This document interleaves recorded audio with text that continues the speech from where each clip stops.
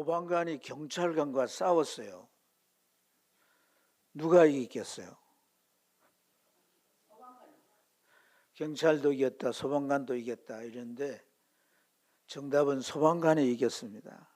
왠고 하니까 물불을 안 가리고 싸웠기 때문에. 이번에는 소방관이 맹인하고 싸웠습니다. 누가 이겼겠어요? 이제 눈치를 채시네요. 눈에 보이는 게 없으니까 뭐 잡히는 대로 들고 싸웠습니다. 그래서 이겼습니다.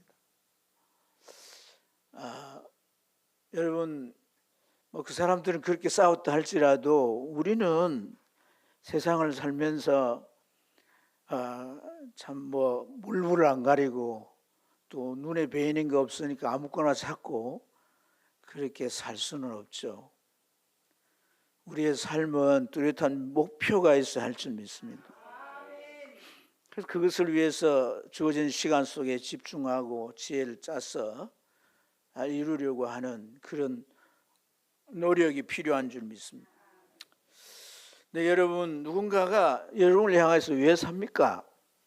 그렇게 물어보신다면 여러분의 대답이 즉각적으로 예, 이것을 위해 삽니다. 나는 이것을 반드시 이루기 위해서 내가 살아야 합니다. 이렇게 즉각적으로 대답을 할 수 있는 게 있습니까? 나는 이거 위해 내가 삽니다. 확신 있게 주저없이 이렇게 말할 수 있는 여러분의 삶에 지향하는 그 목표가 있냐 이 말이죠. 네. 누구라도 말이죠. 그걸 물으면 딱 그것에 대해서 이거예요. 딱 말할 수 있어야 되고 또 그걸 듣는 사람이 충분히 객관적인 그런 이제 공감도 할 수 있어야 되겠죠. 근데 이제 많은 사람들이 직장이든 삶이든 가정이든 그 주어진 스케줄을 따라 이렇게 살아가면서 내가 왜 살지 하는 그런 자신에게 질문을 하면서 자신이 살아가는 그 삶에 지금까지 추구하고 애써 왔는데 그것에 대한 진정한 의미를 느끼지 못하고 삶의 회의를 갖는 경우가 많습니다. 여러분, 내 삶에 확신이 없다면, 내가 이것을 추구해서 가는 것에 내게 확신이 없다면 그 사람은 삶의 방향과 또 목표가 확실치 않다는 것입니다. 하나님의 백성들은 이 세상에 살면서 분명한 목표를 가지고 살아야 합니다. 왜냐하면 사람들이 세상에 어떻게 살다가 뭔가 자기가 원하는 대로 살지 못했다면 뭐 후회하고 허망하다 끝난다 이런 생각이지만 우리는 그렇지 않아요. 우리가 죽음 이후에 다 천국에 가게 될 것이고 하나님 앞에 서게 될 것이에요. 우리는 죄에 대한 심판은 우리 주 그리스도 예수께서 십자가 위에 담당해 주셨기 때문에 죄에 대한 심판을 받고 결과로 우리가 지옥에 떨어지는 일이 없을 것이에요. 확실한 믿음이 있다면. 그러나 우리가 어떻게 살았는가 하는 또 다른 심판이 있습니다. 그래서 그 하나님의 평가에 부합되도록 우리는 자신의 인생의 앞날에 뜻을 세우고 그것을 위해서 반드시 살아가야 할 줄로 믿습니다. 성경에는 2197명이 이제 인물로 기록되어 있어요. 성경에 수록되어 있는. 그래서 그 성경 계보를 쓴 신호전 씨가 그걸 이제 써놨는데 어쨌든 이 2197명 그 외에도 많겠죠. 많은 사람들이 있지만은 이름이 기록되어 있는 사람들 중심으로 이렇게 썼기 때문에 그렇게 숫자를 표기했어요. 이런 많은 사람들이 있는데 그 삶의 특징이 다양하겠죠. 하지만 그 일생을 딱 분류해 보면 네 가지로 구분할 수가 있습니다. 어떻게 구분하냐면 시작이 좋은데 시작만 아니라 끝도 좋은 사람이 있더라. 두 번째는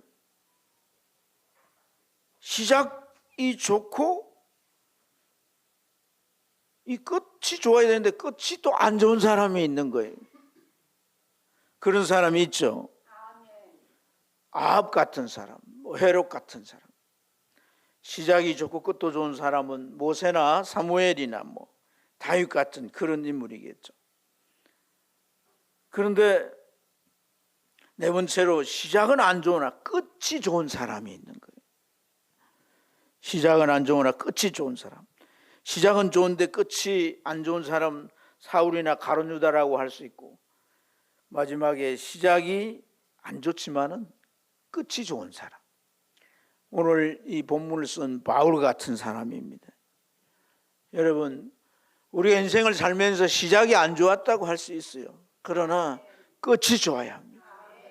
누군가 좋은 가정에서 믿음의 가정에 태어나 시작이 좋았다면 그 사람의 끝도 좋아야 합니다. 그 사람의 마지막이 정말 불행하고 그 영혼마저 지옥에 떨어진다면 그 인생은 제대로 간 인생이 아닌 거죠. 목표를 정하고 가지 못했다는 것입니다. 인생에 수많은 출발이 있어요. 똑같지 않을 수 있어요. 그러나 우리는 살아가면 갈수록 그 인생이 좋은 결과를 맞이할 수 있어야 돼요. 아무리 나이가 많고 내가 이제 남은 인생이 얼마 남지 않았다 할지라도 끝이 좋아야 되는 거예요. 그 끝이 하나님이 받으시는 끝이 돼야 돼요. 그 끝의 문을 열고 들어가는 곳이 천국이 돼야 되는 거예요. 이 땅에 내가 어떤 실패와 고통과 어떤 내게 아픔이 있다 할지라도 그것을 다 주님 만져주시고 씻어주시고 회복시켜주시고 영원한 영생의 삶을 주시는 그러한 세계로 들어갈 수 있는 끝이 되어야 되는 거예요. 그리 되기를 축복합니다. 오늘 바울 사도는 디모데후서 4장 7절 8절에서 믿음의 아들 디모데에게 목회에 대한 것을 네가 이렇게 알고 해라 라고 하는 것을 가르친 후에 그 목회 서신을 마무리하면서 이렇게 표현합니다. 나는 선한 싸움을 싸우고 달려갈 길을 다 마치고 믿음을 지켰으니 이후로는 나를 위하여 의의 면류관이 예비되었을 것이다. 주 곧 의로우신 재판장이 그날에 내게 주실 것이다. 주님이 자기에게 의의 면류관을 씌워 주실 것이라는 거예요. 어떻게 그런 확신을 가질 수가 있겠습니까? 그런 목표를 정하고 그걸 위해 선한 싸움을 싸우고 믿음을 지키면서 달려갈 길을 마쳤다는 거예요. 스스로의 삶을 돌아볼 때, 점검해 볼 때 주님이 원하시는 그 뜻을 향해서 분투하며 마치 싸우듯이 살아왔고 그러한 삶을 완수했다는 거예요. 이 말은 한갓 그의 입으로 내뱉는 희망사항이 아니에요. 그의 인격이나 삶이나 업적을 보면 우리도 충분히 공감하고 인정할 수밖에 없는 줄로 믿습니다. 여러분, 어떻게 그런 삶을 우리도 살 수가 있을까요? 오늘 바울 사도는 이 빌립보 3장에서 바로 그러한 삶을 가능할 수 있는 중요한 원리를 세 가지 우리에게 말씀해 주고 있습니다. 이 세 가지 원리를 우리 마음에 잘 담아야 하겠습니다. 첫째는 탁월한 선택을 했다는 겁니다. 그의 인생에 뭐가 있었어요? 탁월한 선택이 있었다.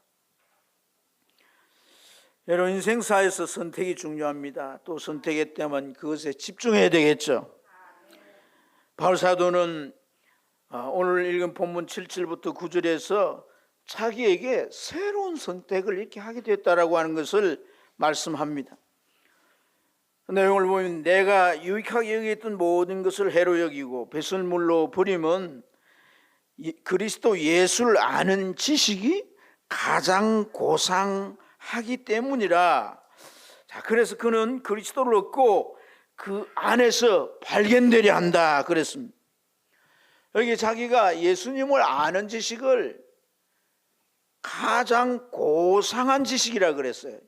이 고상한이란 말이 헤페레콘이란 말인데, 이 헤페레콘이란 말은 탁월한 이런 말이에요. 탁월한. 예수에 대한 지식이 탁월했다는 거예요.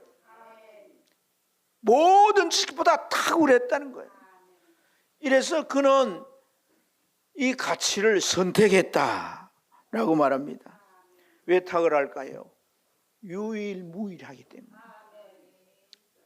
예수의 가치는 유일무이합니다. 그래서 이것 외에 다른 것을 선택할 수 없고, 그걸 선택했다면 그것은 확실하게 제대로 된 선택인 줄로 믿습니다. 실존주의 시조라고 할 수 있는 키르케고르라는 사람이 있어요. 키르케고르라고 하기도 하고. 이 사람은 22살 때에 그가 이제 대학 시절에 써놓은 일기가 있는데, 그 일기에 보면 이런 글이 있어요. 온 세계가 다 무너질지라도 내가 꽉 붙들고 놓지 않을 수 있는 진리, 내가 그것을 위해 살고 그것을 위해 죽을 수 있는 진리, 나는 그것을 발견해야 한다. 그것이 나의 진리고 나의 주체적 자리요 실존적 진리다. 복잡하고 어려운 말을 했습니다. 그러니까 목숨 걸고 자기가 정말 온 세상이 무너져도 붙잡을 수 있는 진리, 이거 하나 내가 붙들고 간다. 내 인생 22살의 나이에 이거 내가 딱 잡고 일생을 간다. 그래서 실존주의의 시조가 된 거예요. 실존주의는 허무주의의 반사적인 철학인데요. 이 허무주의는 이제 이 자아에 대한 것에 빠져가지고 이제 그 인생이 이제 허무하다는 결론이라는 것을 결국 이제 이르게 되는데, 그걸 갖다가 뒤집기 위해서 실존이 중요하다는 거예요. 본질적으로 내가 지금 여기 있다는 거예요. 여기 살고 있다는 거예요. 이게 중요하다. 그래서 그 사상을 이렇게 바꾼 것인데, 사실 사상은 뭐 어떤 사상이 주를 이루어서 퍼지면 또 누군가는 그걸 바꾸어서 자기 유명세를 날리고 그렇게 이제 하는 거죠. 근데 어쨌든 이 실존주의라는 교설의 체계를 세워서 사람들에게 지금 내 존재가 중요하다는 걸 일깨우기도 했습니다. 중요한 것은 여러분, 그런 하나의 진리를 위해서 자기가 발견하고 자기 생을 다 그게 투자해서 뭔가를 이루었어요. 이게 대단해서 철학자들은 그걸 높이고 찬양합니다. 근데 이 세상에 이 없어질 것 아니겠어요? 그래, 실존이 좋다. 이게 실존. 그래서 7, 8 평생 살고 그 다음 어쩔래? 그 다음 답이 없는 거예요. 그런 것도 자기 일생을 걸고 이렇게 살아온다는 거예요. 사랑하는 여러분,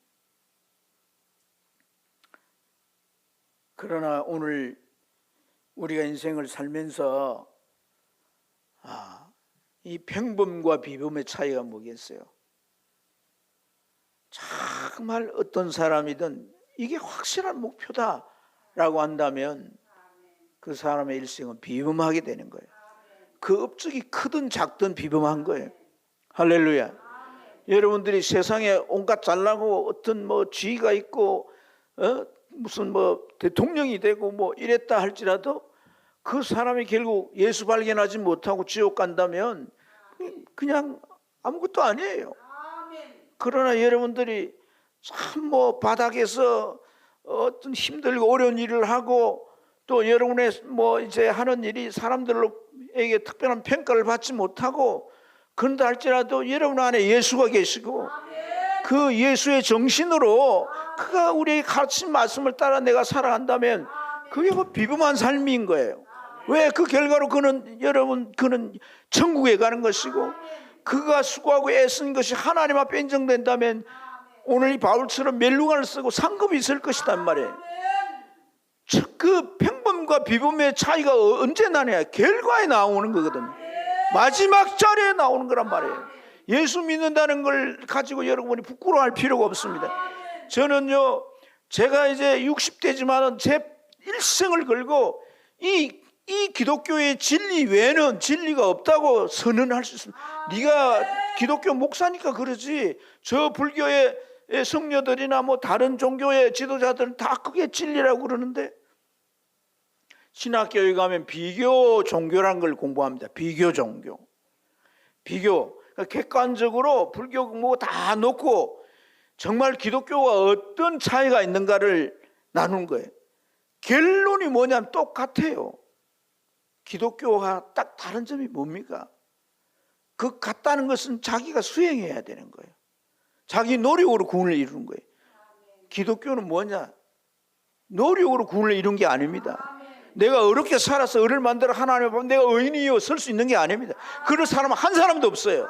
예수 그리스도가 이미 내가 어렵게 살지 못한 죄를 다 십자가 위에서 심판을 받으시고 해결을 했어요. 그걸 믿는 거예요. 그래서 내가 예수를 모시고 있는 거예요. 예수 그리스도가 이룬 의가 내 안에 있는 거예요. 그걸 하나님의 의라 그런 거예요. 그래서 하나님이 받으실 때 그 하나님의 의를 보기 때문에 오라 그러면 오라, 천국에 오라 그러는 거예요. 그 믿음을 여러분 산 믿음을 가지고 살아야 돼요. 아멘. 우리가 어떤 행위로 어려워지고 깨끗해지고 그래서 내가 어려우신 하나님 날 받 천만에 그럴 사람은 없습니다. 근데 세상의 종교 지도자들은 다 이걸 해라, 1번, 2번, 3번, 4번 놓고 이렇게 하라. 여러분 뭐 제가 다른 종교를 비난하는 건 아니지만 석가모니가 죽을 때는 그 음식을 잘못 먹어 죽었어요. 어떤 사람이 버섯을 돼지고기에다 요리를 해주는데 그게 독버섯이었는 거야. 먹고서는 이제 배가 아파가지고 계속 이렇게 돌아가셨어요. 그래서 동굴 속에 들어가가지고 죽은 거예요. 누워가지고 이제 죽어갈 날 기다리고 있으니까 제 아들이 이제 곧 죽겠다 싶어서 와서 다 앉았어요. 그래서 선생님, 이제 어떻게 합니까? 돌아가시면 우리는 어떻게 할죠? 그러니까 팔정도를 열심히 행해라. 그 팔정도의 뭐 정도, 뭐 정법, 뭐 이런 것이 팔정도인데 바르게 살아 이 말이죠. 바르게 살면 극락에 간다 이 말이에요. 그래서 여러분은 그 부처가 이렇게 누워 있는 게 바로 그런 행상으로 만들어 놓은 거예요. 다 이런 행위에 의존되어 있는 거예요. 자기 행위. 네가 너를 구원하라. 네가 너를 구원하라는 거예요. 난 나를 구원할 수가 없는 거예요. 오직 예수 그리스도가 나를 구원할 수 있는 거예요. 할렐루야. 그래서 우리는 여러분 참 살아가면서 자기가 이제 세운 목표를 몇 번 해보고 이거 아닌데 또 한 해 두 해 해보고 거기 매달렸는데 그것도 아니고 일생을 살면서 자기의 생을 걸고 했는데 그게 아니라면 그 사람의 마지막 시간은 후회와 허망으로 점철되는 거예요. 여러분 그렇다면 오늘 우리에게 중요한 것은 목표 설정인 줄로 믿습니다. 우리 15절을 한번 같이 읽습니다. 15절 시작.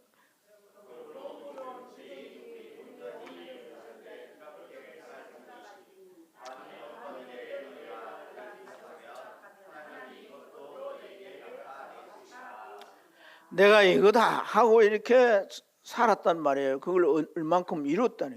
근데 그게 오늘 뭐라고 말씀했어요? 달리 생각하면, 그게 뭔가 다른 것 같다고 생각하면 어떻게 하나님이 그것도 너에게 나타내시리라.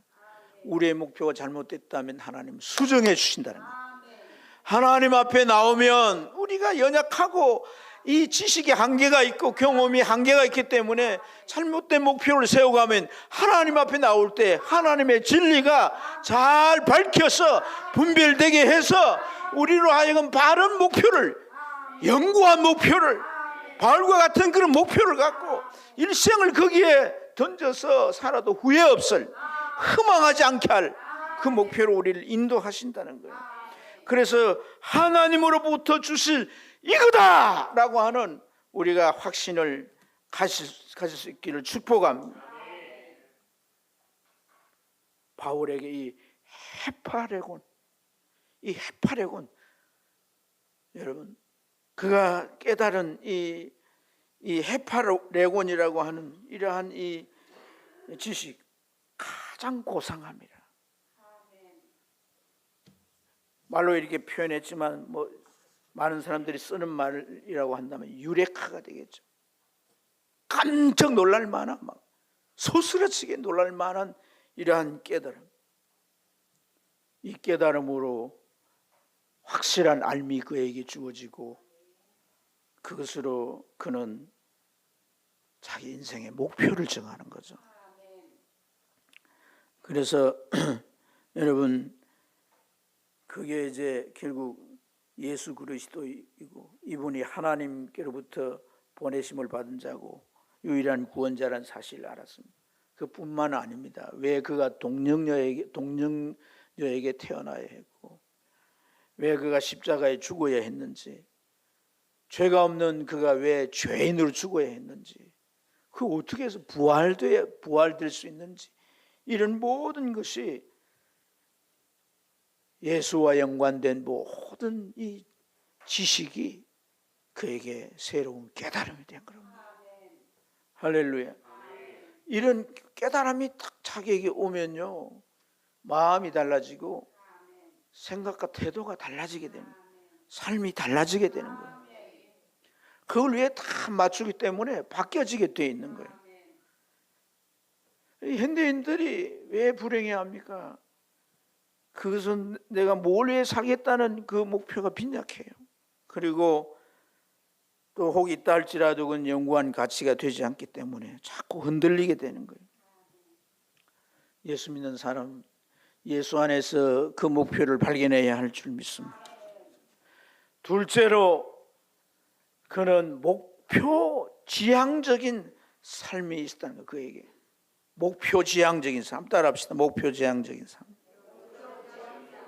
자, 우리 14절 보면요, 표대를 향하여 그리스도 예수 안에서 하나님이 위에서 부르신 부르심의 상을 위하여 달려가노라.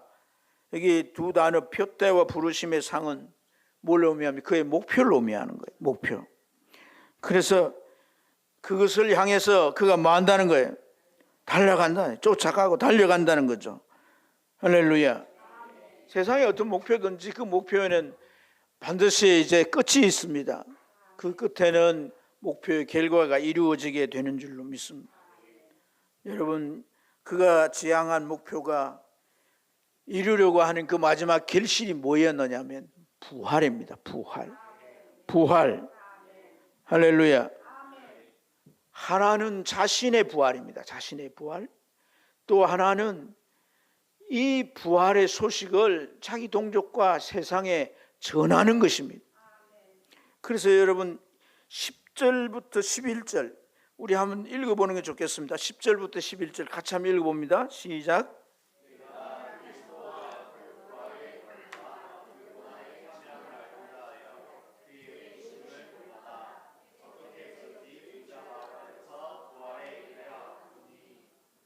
네, 여기 보면 자, 부활의 권능과 그 고난을 그 예수 그리스도의 고난에 뭐 한다는 거예요? 참여한다는 거예요. 참여한다. 왜냐하면 부활을 알려고 참여한다는 거예요. 그래서 그의 죽으심을 본받아 어떻게 했는지 죽은 자 가운데서 뭐에 이르러 하노니? 부활에 이르러 하노니. 그러니까 그 삶의 목표가 뭐가 돼 있어요? 부활이에요. 부활. 천국은 그냥 천국은 가는 것이 이제 해결됐어요. 그 다음에 목표가 뭐예요? 부활인 거예요. 부활. 제가 아내랑 같이 가면서 제가 그렇게 말합니다. 여보, 내가 천국 가면 참 좋겠어. 하나님께서 나를 천국에 들여보내주신다면 나는 천국 밴두리에 있어도 나는 감사하겠어. 어떤 훌륭한 분들은 예수님 같이 대화를 하고 예수님 대면하고 막 그럴 수 있겠지. 근데 내가 뭐 아무리 돌아봐도 바울처럼 이렇게 살진 못했고, 그래서 내가 내 삶을 돌아보면 하나님 나를 천국 가게 하셔서 그냥 그 천국에, 천국 가면 집들도 많이 있다고 그러더라고. 자기 집도. 근데 나는 뭐 집이라도 있을지 없을지 모르겠고 그냥 노숙자라도 천국에 가면 좋겠어. 이러면 뭔 그런 소리를 하냐. 교회를 개척해서 지금까지 애쓰고 힘써 왔는데 하나님께서 당신에게 상급이 있을 거라고. 근데 항상 저는 그런 두려운 마음이 있습니다. 오늘 많은 은퇴자들 목사님들이 현직 목사님들을 향해서 소리를 치는 게 뭐냐면 정신 차리라는 거예요. 한국 교회가 지금 절반이 1,500만 대 이제 절반이 떨어졌어요. 첫째 책임은 당신들에게 있는 것이다. 귀족이 되고 왕이 되어서 교회 안에 군림하려고 했던 이 결과 아닌가? 교회 중직자들이 교회를 완전히 사유화해서 지 멋대로 끌어가는 결과가 이 아닌가? 젊은이들 다 떠나가고 예수 부릴 수 없는 사람들만 모여가지고 있는 게 이 수적인 감세 현상이 아니냐는 거예요. 정신 차려야 된다는 거예요. 두려운 마음이 있어야 되는 거예요. 내가 천국 갈 수 있는가? 두려운 마음이 있어야 되는 거예요. 근데 바울의 삶의 차원은 천국 가는 게 아니라 정말 부활, 내가 주님 앞에 부활체가 되기 위해서 어떻게 한다는 거예요? 그의 권능과 그의 죽으심에 참여한다는 거예요. 참여한다는 거예요. 그 죽으심에 참여한다는 게 맨날 십자가 위에 달려 십자가 매놓고 자기를 갖다가 막 못을 받고 그런 거 아니잖아요. 뭘 죽이는 거예요? 옛 사람을 죽이는 거 아니에요. 옛 사람을 죽이는 거. 예수님이 십자가에 죽은 것은 당신만 죽은 게 아니라 나의 옛 사람도 죽이기 위해서. 미워하고 시기하고 분노하고 욕하고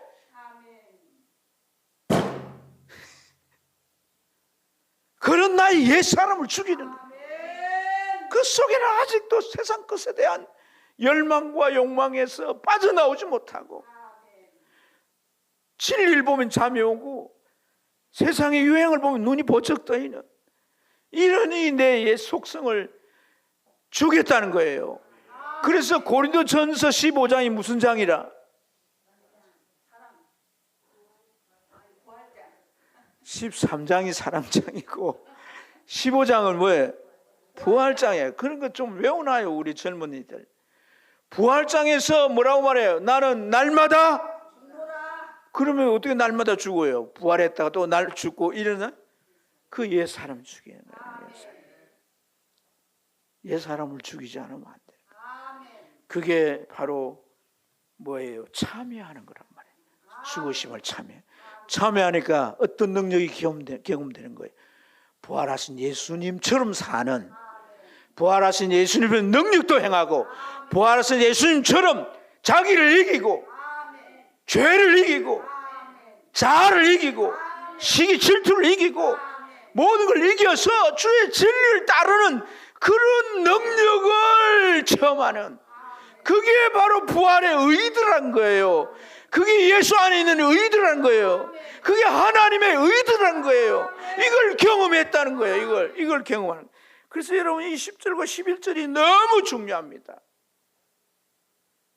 그러면 언더라인을 다 꺼놓고 외워야 되는 거 아니겠어요? 외워야 되는 거. 그걸 참여해서 알고자. 그러니까 바울 사도는 죽어서 우리가 그냥 이렇게 천국 가면 부활할 거다 그런 개념이 아닌 거예요. 이 땅 위에서 그 부활을 경험하는 거예요. 예수의 권능과 죽으심에 참여함으로. 할렐루야. 그래서 자기 안에 경험되는 요지가 뭐예요? 의입니다. 의. 하나님의 의. 하나님이 주신 의. 율법으로 이룰 수 없는 의.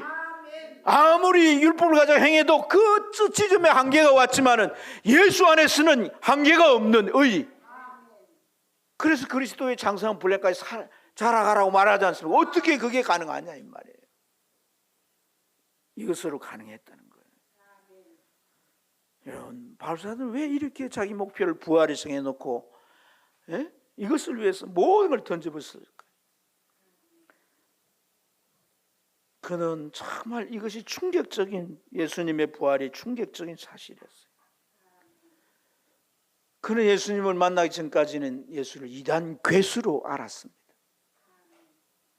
그래서 예수님 십자가에 처단했으니까 그 나머지 추종자들까지 없애버리려고 앞장섰던 사람이에요. 하지만 예수가 부활하시고 그가 메시아라고 하는 사실이 드러났을 때는 너무너무 혼란스러웠습니다. 하지만 부활하신 예수님이 그에게 직접 만나주신 거란 말이에요. 그래서 부활하신 직접 만나고 난 이후에 그는 정말 예수님이 인간으로 오셨고 그리고 십자가에 처형되셨고 다시 부활하셨다라고 하면 그 예수님, 나도 인간이니까 그 예수님처럼 내가 살면 내가 부활을 위해서 가는 내 인생이 되지 않겠는가. 그리고 그가 이제 예수님이 가르치고 또 사도들의 가르침을 통해서 그 예수님이 십자가에 죽으시고 부활하신 그 속에 하나님의 의가 있다고 했는데 이 하나님의 의, 이 의가 지금까지 자기가 추구해 왔던 거거든요. 뭐냐면 그는 길르기아 다소에 태어났습니다. 그 태어나면 그는 그 로마인이에요. 그렇지만 그 신분을 다 두고 어디로 갔냐면 유대로 와서 가브리엘의 제자가 됩니다. 가브리엘이라고 하는 3대 랍비 중에 하나예요. 그 사람은 학생들을 많이 뽑지 않습니다. 한 번 뽑는데 3명 뽑습니다. 그걸 진짜를 만들어내는 거예요. 뭘 가르치면 율법을 가르쳐요. 그 율법을 계속 배우는 가운데 그 율법의 핵심적인 결론이 뭐냐면 율법에 하나님의 의가 있다는 거예요. 그래서 이 율법을 내가 알고 행하면 하나님 앞에 설 수 있다는 거예요. 천국 갈 수 있다는 거예요. 이걸 배워왔습니다. 그런데 부활하신 예수님을 만나고 보니까 율법의 의가 있는 게 아니라 예수 안에 의가 있었단 말이에요. 그 예수 안에 의가 있었으니까 지금까지 해왔던 걸 어떻게 해야 되는 거예요? 버리고 때로는 뭐 해야 돼요? 배설물처럼 여겨서 그걸 버릴 수밖에 없었다. 이해가 되십니까? 그래서 그렇게 고백합니다. 7절부터 9절까지 한번 이거 읽어보시면 좋겠습니다. 읽겠습니다. 시작.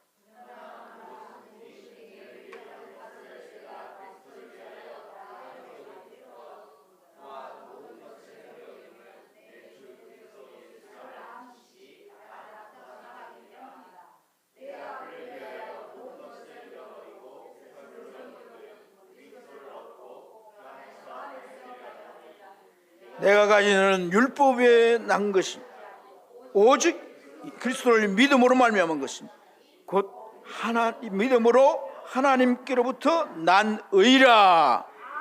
할렐루야. 그래서 지금까지 자신을 이끌어왔던 그런 율법적인 삶의 가치관과 방식들을 다 뭐 한다는 거예요? 버린다는 거예요. 바꾸고 버리고 마치 배설물처럼 여기고. 왜냐하면 그것은 무익하다는 거예요. 하나님의 의를 가지는데 무익한 것이라는 거예요. 아멘입니까?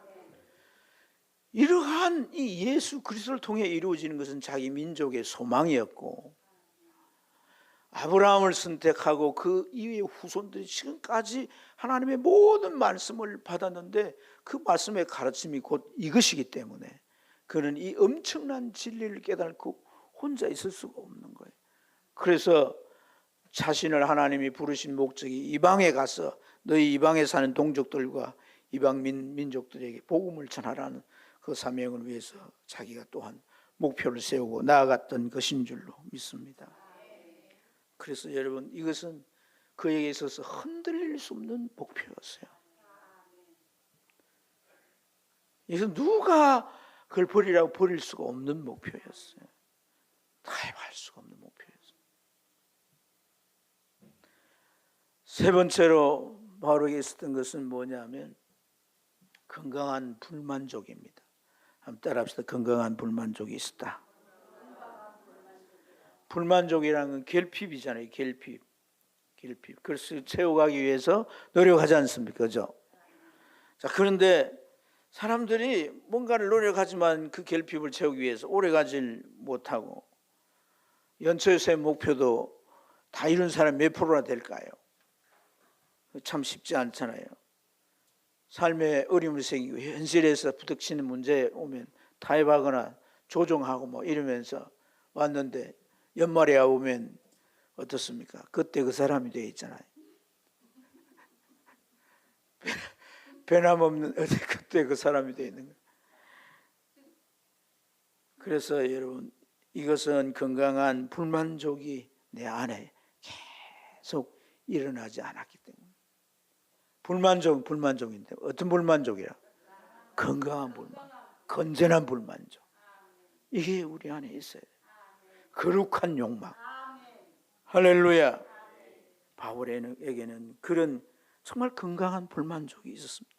12절 말씀을 보면 내가 이미 얻었다 함도 아니에요. 온전히 이루었다 함도 아니에요. 오직 내가 그리스도 예수께 잡힌받은 그것을 잡으려고 달려가노라. 내가 이미 이루었담도 아니고 또 내가 온전히 이루었담도 아니다는 거예요. 그러니까 그 온전함이 남아있으니까 마음에 불만족인 거예요. 불만족. 그래서 그는 예수 그리스도께 잡힌받은 그것을 잡으려고, 그 목표를 잡으려고 뭐 한다는 거예요? 달려간다는 거예요. 달려간다. 아직 남아있습니다. 배고픕니다. 더 가야 합니다. 여러분, 우리 안에 헝거리 정신이 있어야 돼요. 헝거리 정신. 예? 이 한국 기독교가 자꾸 이렇게 감소되는 현상이 언제부터 시작되냐면 100만 불 시대, 국민소득 100만 불 시대, 지금은 100만 불 시대, 지금은 3만 불 시대잖아요. 배가 부른 거예요. 배가 부른 거예요. 지금도 우리 어렵다 하지만 주변에 다른 사람들처럼 못 살아서 어렵다는 거지,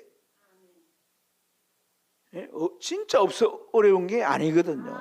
다른 사람 백화점 가서 옷 못 사 입고, 다른 좋은 아파트에 못 사고, 고급 세단 못 타서 어렵다 일 뿐이지, 우리가 과거처럼 어려운 게 아니거든요.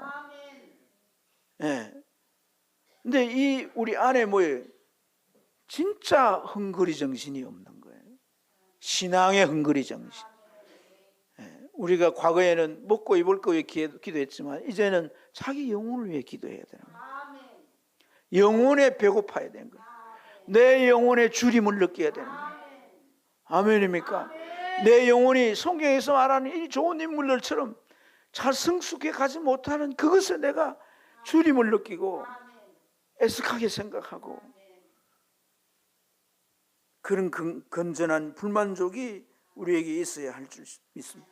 이게 있어야 목표를 계속 할 수 있는 거예요. 배가 여러분 바다에 떠가지고 목표지를 향해 갈 때는 그냥 잔잔한 호수처럼 가는 거 아니에요. 잔잔한 바다로 갔다가 나중에 바람이 불고 파도가 치면 그 배의 방향을 틀어버린단 말이에요. 그때마다 선장이 어떻게 하는 거예요? 선장이 이 해도를 보고 다시 그 방향을 맞추어 가지고 가지 않습니까? 그런 것처럼 오늘 이 건강한 불만족은 내가 목표에 갈 수 있는 그 에너지가 되는 것이다. 할렐루야. 빌립보 2장 13절에 너희 안에 행하시는 이는 하나님이시니 자기의 기쁘신 뜻을 위하여 너희에게 소원을 두고 행하시느니라. 이 소원이 있어야 되는 거예요. 목표를 이루고자 하는 소원, 하나님이 우리 안에 부어주신다는 거예요. 우리가 정말 하나님 원하신 목표를 향해 가면 부어주신다는 거예요. 그리고 또 우리가 살아가는 삶에 이 모든 걸 다 하신다는 거예요. 여러분 사업을 하거나 직장을 하거나 그것은 우리에게 주어진 일이고 최선을 다해서 역량을 개발 잘해야 되겠죠. 거기에다 우리는 예수 믿는 사람으로 내가 내뱉을 말이나 내가 정말 가져야 할 마음가짐이나 나의 태도나 나의 성실함이나 그 모든 일에 믿지 않는 동료들보다 더해야 되는 거예요. 그럴 때 여러분 하나님께서 정말 그 일에 축복하시는 것이다. 똑같은 회사처럼 똑같은 사업장처럼 하면 안 된다는 거예요. 그게 좋은 장점이 있어야 되겠지만 그에 더해서 우리가 그리스도인으로서 어떻게 이 일을 해야 될 것인가에 대한 생각을 하고 어떻게 하면 내가 예수를 간접적으로 드러낼 수 있을까를 고민하면서 그렇게 살아야 되는 거예요. 장사를 하는 사람, 장사 잘하는 사람들 얘기 듣는 것도 중요해요. 하지만 그걸 잘 분별해야 되는 거예요. 우리는 하나님의 말씀을 따라서 행할 수 있을 때 하나님께서 그리스도를 드러내려고 하는 그 소원을 보시고 축복하실 줄로 믿습니다. 그래서 여러분 17절에 보면 그의 죽으심을 본받아 형제들아 너희에게 나를 본받으라. 그리고 우리를 본받는 자들을 눈여겨보라. 그래서 여기 본이라고 하는 것은 하나의 틀인데 그걸 수용하라는 건데요. 이 본이라는 티포스라고 하는 말은 주물을 쳐서 어떤 행태를 만드는 거예요. 근데 뭐하라 그래요? 눈여겨보라 그러죠. 그러면 한 쇠덩어리를 가지고 예를 들어서 이런 모양으로 만들었다면 그걸 불에 넣고 두들기고 불에 넣고 두들기고 했을 거 아니에요. 거기에 뭐가 있습니까? 흔적이 있지 않나요? 그게 티포스란 말이에요. 우리가 목표를 정해놓고 하다가 객길로 갈 수 있는 거예요. 그때 어떻게 두드려야 되는 거예요. 뭐가? 우리가 결핍된 욕망. 그 욕망을 가지고 객길로 가는 우리들을 주님 앞에 놓고 기도할 때 주님은 나를 때로는 깨닫게 고치시고 그것도 잘 말 안 들으면 연단을 통해 고치셔서 두들겨 펴가지고 정말 이 뒷보스가 되게 하시는데 자세히 봐요. 그에는 정말 예수의 흔적이 있고 고난의 흔적이 있고 눈물이 있고 그런 과정이 있다. 사랑하는 성도 여러분, 그 과정을 거칠 때 우리에게는 아름다운 성숙이 있을 줄로 믿습니다. 목표를 향해 가는 역량이 더 쌓여질 줄로 믿습니다. 이제 우리는 이 탁월한 선택과 지향적인 목표와 또 건강한 불만족에 대해서 나누었습니다. 우리 시간 속에 삽니다, 여러분. 삶의 방향이 분명하지 않으면 선택도 집중도 할 수 없습니다. 소비적인 삶은 순간의 즐거움을 줄지 모르지만 반복된 그런 삶의 끝은 후회와 허무가 그를 휘감게 되는 겁니다. 우리 저 넘어 하나님께서 나에게 깨닫게 하시고 나에게 정말 부어주신 그 목표를 향해서 그 목표를 품고 나가면 하나님은 반드시 그 목표를 이루도록 도우시고 역사하실 줄 믿습니다. 기도하십시다.